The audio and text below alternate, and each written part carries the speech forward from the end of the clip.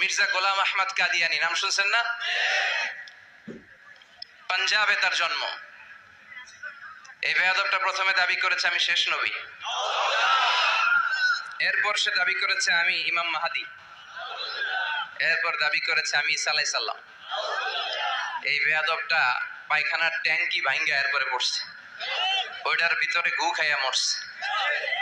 নবীরা যেখানে মারা যায়, নবীরা পবিত্র, নবীরা যেই জায়গাটায় মরে ওই জায়গাটাও পবিত্র।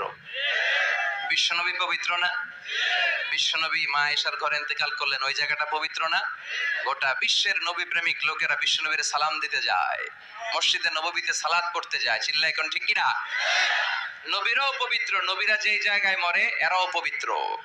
কিন্তু এই মির্জা গোলাম আহমদ কাদিয়ানি, সে বিশ্বনবী যে লাস্ট মেসেঞ্জার এটা সে মানে না, এজন্য ওর মৃত্যু হয়েছে পায়খানার টাঙ্কির ভিতরে। 100 বছরের পচা ময়লা গু খাইতে খাইতে ও দুনিয়া থেকে বিদায় নিয়েছে। মেথর আনা হয়েছে গো উঠানোর জন্য, উঠায় ফেলবে, ধরবে আবার থপাস করে পড়ে। আল্লাহকে জনমের গু খা। ওই কাদিয়ানীদের পক্ষ নিচ্ছে এই বেয়াদবটা। চিল্লা এখন ঠিক কিনা? কাদিয়ানীরা এদেশের জনগণ, এদেশেই থাকবে, তবে ওরা ওদের পরিচয় আইডেন্টি ক্রাইসিস নিয়ে থাকতে পারবে না।